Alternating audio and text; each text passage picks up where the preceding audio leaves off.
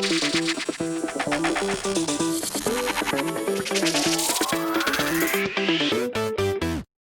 2 of training camp is come and gone, and tight end Jimmy Graham is absolutely dominating out there. What's up, guys? I'm back with another Bears training camp update video. If you're new here, subscribe for more Bears content. I'll be coming out with Bears training camp updates, highlight videos, news updates, pretty much everything related to the Bears. So be sure to subscribe for all that. But guys, today, August the 18th, we had a practice, a 2-hour practice. And guys, it was a very fiery and feisty practice, a very heated day, very intense day, because there were a lot of fights that went on, a lot of skirmishes, a lot of people getting into each other's faces, some punches thrown even, which I'll talk about later. So a lot of intensity, guys, which I really love to see as a football fan, because that's when you know the players truly care. They're truly giving their best effort. They're truly trying their absolute hardest to impose their will on the other side. So all this competition between the offense and the defense, you love to see it, okay? We need more of that in training camp, because what happened last year was completely unacceptable. So I love that both sides, man, they're getting intense, they're getting heated up,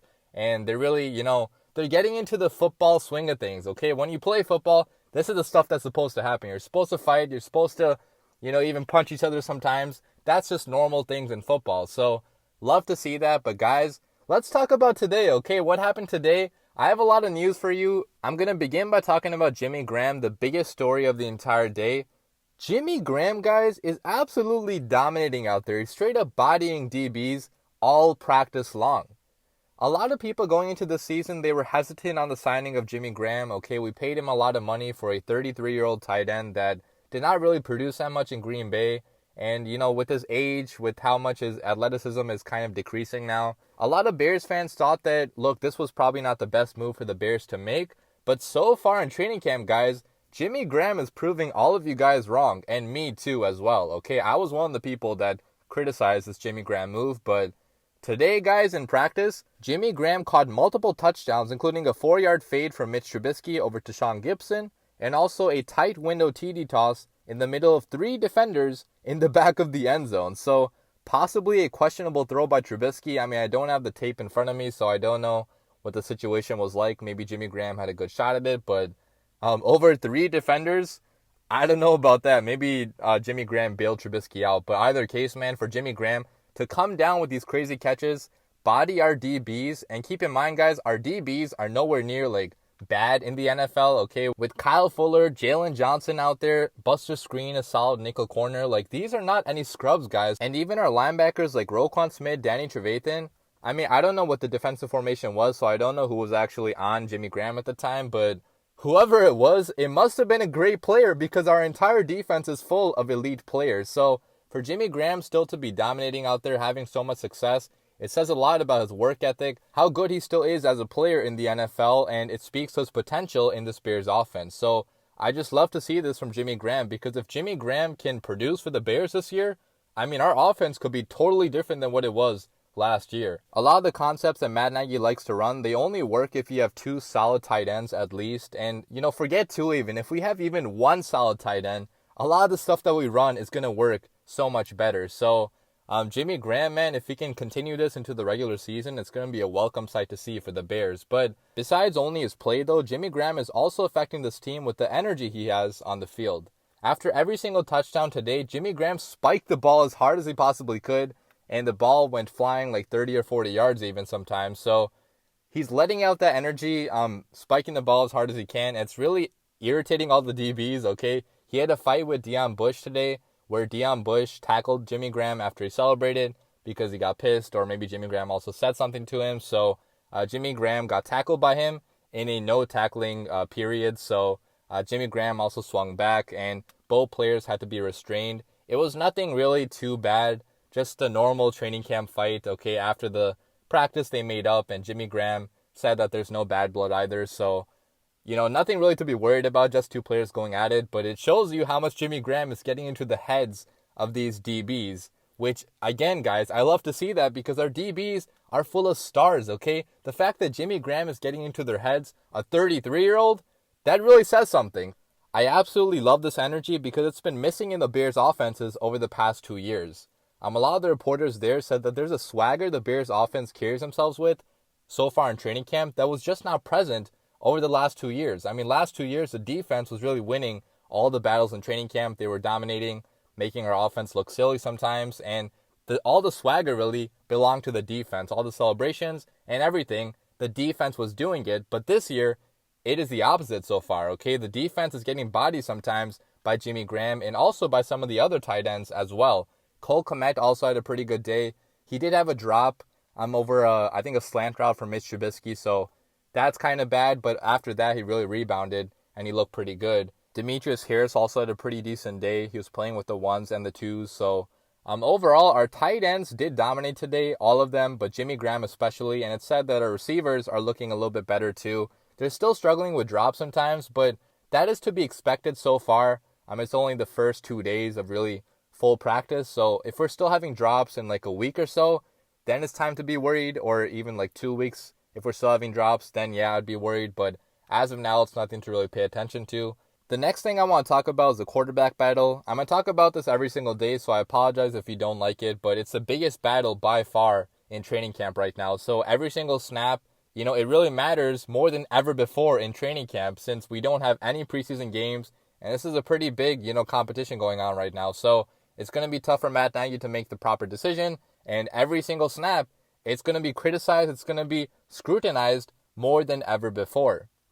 Yesterday in training camp, Nick Foles, some said that he won the day. Okay, he did slightly better than Mitch Trubisky, but overall, it was pretty much similar, so nobody really got the edge, in my opinion. But today, guys, Adam Hodge, NBC Sports Chicago, the Sun-Times, the Chicago Tribune, they're all saying that Mitch Trubisky did do better than Nick Foles slightly. Okay, so again, it's only slightly. It's not like he's completely blowing Nick Foles out of the water or looking like this much better quarterback. Like, that's not the case yet. Both quarterbacks are pretty evenly matched, and nobody's really pulling ahead yet. But, guys, today Trubisky did look better than Nick Foles, according to a lot of people, very slightly, which is a good thing. And he looked a lot better than he looked yesterday.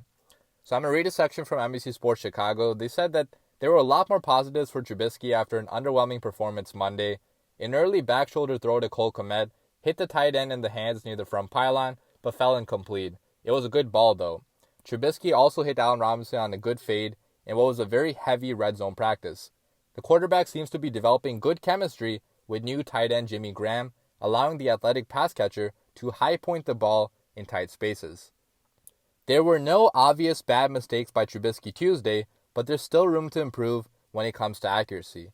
Ball placement is key, and I counted 3 low throws, 2 of which were still catchable. So it's looking like, guys, today was a much better day for Mitch Trubisky. He was out there throwing a lot of touchdowns, developing good chemistry with Jimmy Graham, which I love to see. That's a connection that, if it actually works out, man, it could definitely change our offense, make our offense a lot more explosive. And, overall, it was a good day for Mitch Trubisky. Nick Foles did take a step back today, throwing 2 passes that should have been picked off by Buster Screen and Keandre Jones. But in between that, there were a couple really good throws to Kmet in traffic and a lot of good high percentage throws that, although they're not going to wow you, they're not going to be on a highlight reel, they were the smart decision to make. So that's really what Nick Foles' game is in the NFL, okay? It's making the smart throw, it's reading the field really well, going through his progressions, and making the right pass. He's not going to wow you with his athleticism or with his crazy, risky throws. Like, he's not that type of guy. If you give him a solid offensive line, a solid scheme to work in, he can really dot you up, but he's not going to make these crazy throws in traffic or, over DBs. He does have a good deep ball, keep in mind, but he makes a safe throw most of the time. So that's something that really separates Trubisky from Foles, because Trubisky, at his best, is a much different quarterback than Nick Foles. He's the type of quarterback that can put up crazy numbers, crazy stats, make these crazy throws. I mean, that's all the stuff that analysts said about him in college. He had this really good accuracy in college, really good decision-making, a good pocket awareness, all the physical attributes in the world that you want in a quarterback. So, Trubisky, at his full potential, he's going to be a much better quarterback than Nick Foles. But the question is if Trubisky is ever going to reach his potential, the potential that scouts saw in him. The best thing for this team, guys, still, is that Trubisky comes back, wins this job, and has a season to remember, reviving his career. But obviously, that's not very likely to happen. There's a possibility it could happen, but if it doesn't happen, we might have to go with the safe option, Nick Foles. But today, guys, in training camp, Obviously, Trubisky did have the better day, and Nick Foles did not. Now, another positive sign for Trubisky is teammate Cordarrelle Patterson. He said that Trubisky looks like a whole new player this year. I see it in his eyes. He also said that I feel like he's being more of a leader. Last year, I didn't feel like he was taking over and being that guy, but now he is taking over. So pretty strong words from Cordarrelle Patterson, but guys, I've heard this story over the past 3 years, so I'm not going to get excited over it again until I actually see it on the field. I mean, for the last 3 years, Trubisky has had great training camps. People come in talking about how he's looking like a totally different guy, how he's going to wow everybody, and it hasn't happened yet, okay? So I'm going to hamper my expectations so I'm not hurt yet again like I have been the past couple of years. And until I see it on the field, I'm not going to say anything, but it does mean something that all of Trubisky's teammates still, it seems like they support him 100%. Like, with the way the media talks about Trubisky, you would think that all of his teammates absolutely hate him, that nobody thinks he's ever going to be a great quarterback, but that is simply not the case. A lot of his teammates, like Allen Robinson, Eddie Jackson, the tight ends, a guy like Cordarrelle Patterson, they have a lot of faith and a lot of belief in Trubisky still, and a lot of them, presumably want him to be the quarterback of the team. So, it's pretty nice for Trubisky that a lot of his teammates still support him like this. Another pretty big thing to talk about in regards to Trubisky. Today, Matt Nagy in a press conference, he was asked about Trubisky's struggles over the past couple of years, and he said that he feels like none of it is related to his mechanics. He said that his mechanics, he thinks, are fine, but all the problems arise in his footwork. So pretty much, a lot of Bears fans on Twitter, they were pretty mad about this. They were saying that Matt Nagy does not know what he's talking about. Trubisky's mechanics absolutely suck. How can you not see that? It's so obvious. Well, Matt Nagy might have a point here to some extent, and a lot of people that break down quarterbacks for a living, that analyze this game, that have played the position as well, some of them did agree with Matt Nagy here, because if you look at Trubisky's mechanics, yeah, it's probably not the most fluid motion. He doesn't throw the most perfect spiral. His overall release is not the best. It's not the prettiest. But all quarterbacks do have different releases, okay? A lot of quarterbacks don't have the most conventional releases. But what is the same with all the quarterbacks? Footwork, okay? The footwork should be pretty similar. Footwork is something that's extremely important in any quarterback, no matter how your release is, no matter what type of quarterback you are. If your footwork is not set, if you're leaning too much on one foot, if you're not set while you're throwing the ball is not going to be on target. And Matt Nagy, going through his game tape, watching Trubisky over the past 2 years, he feels like that's the biggest problem in Trubisky, not his overall mechanics. So that's something pretty interesting Matt Nagy talked about. If Trubisky can clean up that footwork, I mean, he could be a better QB, but obviously it's not all in the footwork. A lot of it is decision-making, going through his reads, pre-snap, post-snap, calling out the defense. Like, these are things that Trubisky still struggles with sometimes. So it's not all in the footwork, but if he can clean up the footwork, he could be a much better QB. And finally, guys, the last story I have for you for the day.